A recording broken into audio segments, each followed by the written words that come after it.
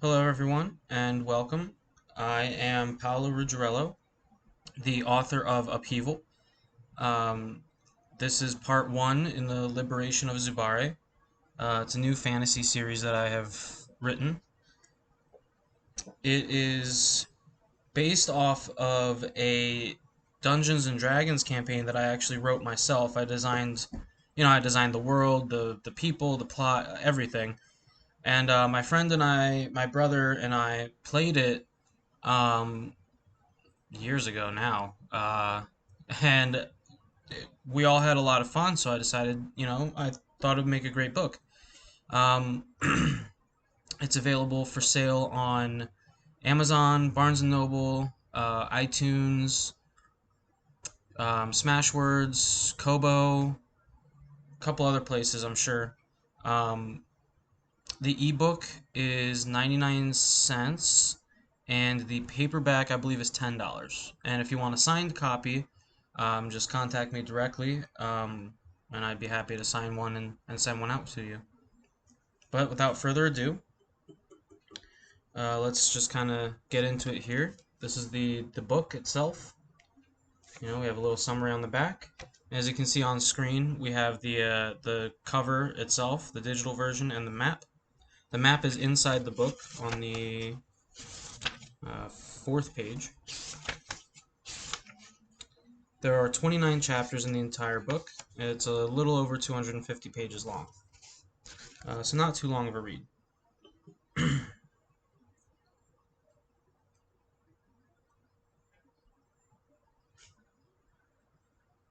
And today, I believe we're going to start with the prologue. We'll get the prologue done, then next week, chapter 1, and so on and so forth until the book is done. There are 29 chapters, so 29 weeks of live reading. So this should be fun. I'll try not to make very many mistakes. I'm not the world's best reader, but here goes. The prologue. The sky was dark, so dark that nothing but the moons could be seen. A man named Musashi Greka, leader of the Greka farm clan, plotted against the clan's aggressors. As his father and grandfather before him, he had led his clan against the cutthroats all his life, but where they had failed, he would succeed. He was sure of it. His blood boiled at the thought of General Eco's fat, greedy fingers counting his stolen hoard. Tax collection was today, and a cart full of offerings would be headed towards the small capital island. Musashi spent the last 9 days rallying members of the other clans to aid him tonight. Together they had gathered enough information to map the most likely route along the dark, winding road. He knew this one raid wouldn't be enough to drive the vicious brutes from their island, but it was certainly a start. This was it. Tonight was the night. Musashi's breath misted in the night air, and his knees ached from the cold and the waiting. He went over the plan again in his head, making sure not to miss a single detail. Meticulously, he scanned the treetops, counting his subordinates and checking their positions. He smiled proudly as he looked at the people he had trained, all swathed in dark clothes, shrouded in shadow. They were hidden so well they had become almost indistinguishable from the craggy branches of the trees. All were in place and patiently awaiting the signal. Once tax collection was complete, the cutthroats would be using the cliffside pathway to take their haul to the silos on Capital Island. Musashi had placed 2 sentries on the eastern ridge, flanking the road. They were instructed to make a call when their quarry passed the mark. He took a deep breath and gazed up at the moons. They were almost overlapping, and he saw the twilight ring beginning to form. He stared for a while as he imagined the festival the general would throw in honor of the twilight, a false spectacle made to placate the public. Musashi heard the click-clack of horse hooves slamming against the cold stone pathway, but still he waited for the signal, convinced the plan would succeed as long as all held to it. He studied the constellations above him and took a few more deep breaths. His skin was tingling, and with another breath he could hear his own blood rush through his veins, and could just make out faint conversations from the carriage. The signal cry rang out sharp against the cool, quiet night, as the horses drew closer. He looked around once more, feeling the weight of 18 pairs of eyes on him, waiting for his command. With a swift motion of his hand, the figures flew across the trees, barely touching their branches. Quickly and quietly they hopped across the dark woods. Some of the branches, bare and sticking up and out of the shadows, provided good stepping points. Those that were foliated with elongated, pointy leaves offered decent coverage for the clutch of assailants. They reached the road where their target traveled just as the carriage came into view, as planned. The carriage was made of a deep crimson wood, and it looked like it was built to haul more than a few meals' worth of food, drink, and supplies. It was drawn by 2 hulking black horses, each almost the size of the carriage itself. Their muscles protruded as they put all their efforts into pulling their overloaded cargo, their bright white eyes glowing in the darkness. The ferocity of their gallop drove them forward at a rapid pace, stressing the reins and braces of the carriage itself. The combined size of the horses together made the already narrow cliffside pathway difficult for the driver to maneuver, the cliff itself threatening death to any unfortunate enough to slip. The driver's deep red cape and black hood were of little use against the cold wind. His hands shivered despite his matching black and red stitched gloves. A cigarette hung from the edge of his mouth, and his teeth were chattering. The driver's fingers were numb, but they were still wrapped tightly around the reins. 2 torches adorned the roof near the front, and they cast dancing shadows against the jagged cliff face that pressed the carriage nearer to the sheer drop. The dark figures pressed in against the trees to ensure they were not spotted before they were ready. Musashi pulled a small piece of metal with 4 prongs from his sash. After checking that everyone was in place, he let it fly, and the attack began. The light from the moons glinted off the projectile as it cut one of the reins, freeing one of the horses. The driver bit off the end of his cigarette in shock as the carriage careened toward the cliff. He looked around and saw 3 more glints fly past him, the first 2 narrowly missing his ears and thunking into the carriage behind him. He could feel the cold metal of the last one graze his cheek as he just barely got out of the way. His warm blood flowed down his face, and he struggled with the remaining reins in a vain effort to contain the strength of the beast. He pounded on the carriage behind him and pulled the reins to control its pitch. The untethered horse increased its pace and attempted to outrun the carriage. The door opened and 2 more soldiers reinforced the driver, one jumping to the freed horse, quelling any hope of freedom this night, and the other climbing onto the roof. Both pulled out bows and nocked arrows. The horseman held his fire as the second archer lit his arrow on one of the torches and fired it into the trees, creating a blaze and illuminating their attackers. Musashi gestured for his people to scatter, but the horseman was keen and ready. He let his arrow loose, and it hit one of the younger, slower members in the throat. She fell to the ground, lifeless. Musashi and the others had no time to mourn. They had all known and accepted the risks when they signed up. It was too late to stop now. Musashi gritted his teeth in anger and gestured in another swift motion. The assailants leaped from the trees to swarm the transport just as the driver pulled away from the cliff, following a newly constructed road that led down the cliff with the horsemen close behind. The rooftop archer shot another arrow at Musashi, who ducked just in time but still felt the wind of it. The maneuver took them all by surprise. This new road was not on any of the maps Musashi had been able to obtain. He made a split-second improvisation and signaled they split up and chased the carriage, half on the cliff and half following the road. Arrows and steel stars crossed paths in effortless flight, neither nearing their mark nor flying wildly, unencumbered by wind or gravity. The road was soft, and the newly formed surface meant the monstrous horses had trouble keeping their feet, while their much lighter pursuers were swift and sure-footed. The forest ahead engulfed the road as it pulled away from the cliff. The shadowy figures knew that if the caravan made it to the forest, they would escape. That absolutely could not happen. Musashi glanced upwards while ducking and weaving around arrows, and saw the group on the cliff had picked up their pace and caught up to the carriage's position. He whistled, and they fell like swift shadows of nightfall on top of the 3 soldiers, killing them mercilessly. The horses kept running, now cut free from tether of rider and cart, and Musashi raised his fist. They became like whispers of nothing, paused completely against the black drop of the freezing darkness. Soon they could hear what he did. Soon they could hear what he did. Something clanging and clamoring somewhere in the distance, coming from in front of them. Musashi did not know what it was exactly, but he didn't like the feeling it gave him. Gruel and Kara, the two forward sentries, caught up to the downed carriage and checked in with their leader. He pointed towards the woods ahead, which were so thick not even the two moons could pierce through their leaves. Gruel and Kara nodded and moved quietly into the forest. The trees seemed to stretch outwards in an ominous overhang, shrouding the source of this dark energy Musashi could feel. He was troubled as the noise grew closer, but was determined to see his plan through to the end. He picked up a torch from the roof and held it high above his head. Then he ordered two of his subordinates to rip off the doors of the carriage. Its contents, hoards of food and drink, were revealed.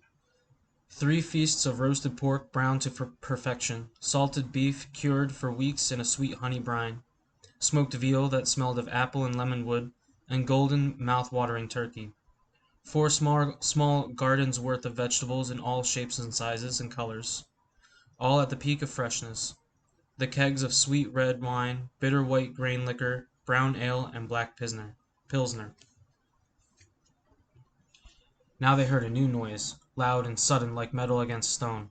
Kara let out a yelp of pain, which was cut off swiftly. Musashi let out a call across the trees, summoning the two he had sent out ahead, but no call came in reply. Instead he heard screams and the sounds of blade rending flesh from bone. He looked around at the others, nodded his head, and circled his hand in the air. The message was clear. Wrap it up and do it quick. Gruel and Kara were powerful members of their organization. They easily outclassed everyone else present. It sounded gruesome, and Musashi knew there was only a fool's hope left for them. A younger member moved towards the trees, but Musashi clicked his tongue and shook his head. Whatever it was that was out there was coming straight for them, and he knew there was no way they had the strength to fight off this kind of evil. Musashi was lost in his thoughts, and didn't notice the change. The air grew still and heavy, and the planet itself seemed to have stopped moving. The wind held its breath, and the grass was no longer swaying or swooning under it. The horses had disappeared, and the sound of their trot was gone. No animal called, no critter crawled, nothing dared to move or breathe. The 2 moons illuminated the small clearing in front of the clutch of silent soldiers, mimicking their surroundings and not daring to even take a breath for fear of disturbing the silence and stillness. That something was here, and they could all feel its ominous glare, threatening to consume their very souls. 6 crimson cloaks radiated out from the forest, their steel blades forged as red as their coats. They each had their red hoods pulled over their heads, their eyes gleamed through the shadow, and pierced the clutch to their cores. Their armor, silver breastplates etched with a ruby goose, gleamed in the moonlight. They brandished their 2-handed longswords, and the leader pointed his straight at Musashi. Despite having fought the cutthroats all his life, this was the first time Musashi was actually afraid of them. His small band of shadows stood frozen stiff as the cloaks glided across the small clearing before them, death trembling in their wake and a doom in their stride. Knowing it would cost them their lives, a small squad of younger members broke the trance and charged toward the monsters in an effort to buy the rest some time to retrieve their target and escape. Even still, the others stood in an awe and fear, transfixed by the Crimson Cloaks' gaze, full of hate and wanton destruction to a scale not even Musashi had ever before experienced. The demons dispatched the younger ones 2 to a piece without hesitation or difficulty, and their crimson steel blades swiftly found veins and arteries, spraying blood over the innocent grass. As the spilled blood soaked into the land, the cloaks seemed to increase in strength and speed, growing more ferocious as the scuffle ensued. 3 more members joined the fray, but it made no difference, and they were dispatched all the same. The remaining 3 near Musashi finally regained control of their limbs, and grabbed from the carriage what they could carry. He clicked his tongue and nodded toward the cliff behind them, but they did not need to be told to retreat. As they fled, Musashi let cry after cry. summoning his subordinates as they fell back, but none returned to him. The only sounds that prevailed through the night air were the demonic cries of the blood-hungry, inhuman creatures over their lost quarry. And that was the prologue of Upheaval. As you can see, it's quite a bit action-packed. Um, yeah, I mean, that's it. That was the prologue. I hope you all enjoyed the stream. If you have any questions or comments, you want to tell me if you like the book, um, feel free to chat with me. I'm around. This live stream will go up on YouTube probably later today. So if you missed it, not a big deal. You'll be able to catch it on YouTube. And as always, if you want to know more, or maybe next week you want to follow along, by all means, purchase a copy of the book. It's 99 cents. That's less than a cup of coffee, you know? Um, it's available on Amazon, Barnes& Noble, Smashwords, Kobo. It's a digital book, so you have it forever. Same with the paperback. It's a physical book. You have it for as long as you own it, obviously. Um, Part 2, I am still writing part 2. There is a part 2, and it will be probably done before the end of the year, I would assume. I'm pretty close to the end. It's just there's a lot of things that are happening simultaneously in the plot, and I have to go through and make sure everything's lined up, everything happens at the same time. It's just a lot of extra work other than writing. It's a lot of organization as well. So, but it should be done soon enough. If you want to beta read it, um, let me know, and I'll add your name to the list. And when the novel is finished, but before it's published, you'll get a copy of it, and you'll be able to read it, give input, tell me what works and what doesn't. So if you're really interested in being a part of the process, feel free to sign up. All right, thanks for tuning in. Tomorrow's Saturday, we're doing just video games. Probably just gonna play Xbox. I know one of my friends is gonna join me for some PlayerUnknown's Battlegrounds. Um, so if you're interested in watching that, or even just talking with us, um, join the stream. I think that's it. Sunday, I'm not planning on streaming anything on Sunday. Monday, we're doing creative writing. I think it's at 3 p.m. And tomorrow night, the gaming is going to start at 9 p.m. So it's going to be like an overnight thing. Um, yeah, I think that's all. If you want to know more, like I said, just send me a comment. Send me a message on Twitter. Let me know what you think. Take a look at my schedule, and see when I'm going to be streaming next. Like I said, tomorrow night. And then I know I have streams lined up every day next week. Um, yeah, so thanks for tuning in. I hope you enjoyed it. And I hope to see you next week for Chapter 1. Probably about the same time of day, unless someone tells me, that doesn't work. I'm fairly flexible. So if a majority of the audience says, "Hey, do it later," I'll do it later. But it's got to be a majority. Um, yeah, next week we'll do Chapter 1. Maybe depends on how long Chapter 1 is, because that was only about 20 minutes, the prologue. So we'll see how long it takes. Maybe we'll do chapters 1 and 2, just to give a little bit more content to next week. When I was writing it, I wanted to keep my chapters kind of short. That way people could pick it up, read a chapter in 10, 15, 20 minutes, and then go about doing something else for the day. Or, if you get distracted or something, at least you don't have to spend an hour reading one chapter of the book. It doesn't go on for that long. So I designed it that way on purpose so that people could pick it up, read it real quick, enjoy it, then do something else, come back to it later in the day or the next day, read another chapter, enjoy it, and just so on and so forth, so that it wasn't something where you pick it up and you have to read it for an hour or something like that. And the entire book, I believe, from start to finish, would only take a few hours, maybe a day or two to finish if you just read it straight through. The next book is going to be considerably longer. This book, Upheaval, is about the same length. It's a little bit shorter than the first Harry Potter book, The Sorcerer's Stone. It's a little bit shorter than that. The second book, I'm planning on it being a little bit longer, probably comparable to The Chamber of Secrets or The Prisoner of Azkaban. So somewhere around that length, like 70 to 90,000 words. This one's about 48,000.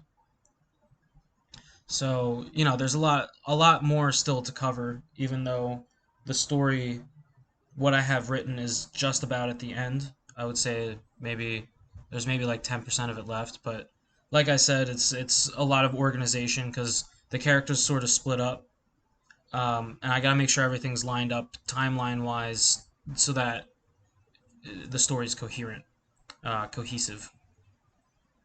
But yeah, if you like I said, if you enjoyed it, let me know. Thanks for tuning in. I will see you tomorrow.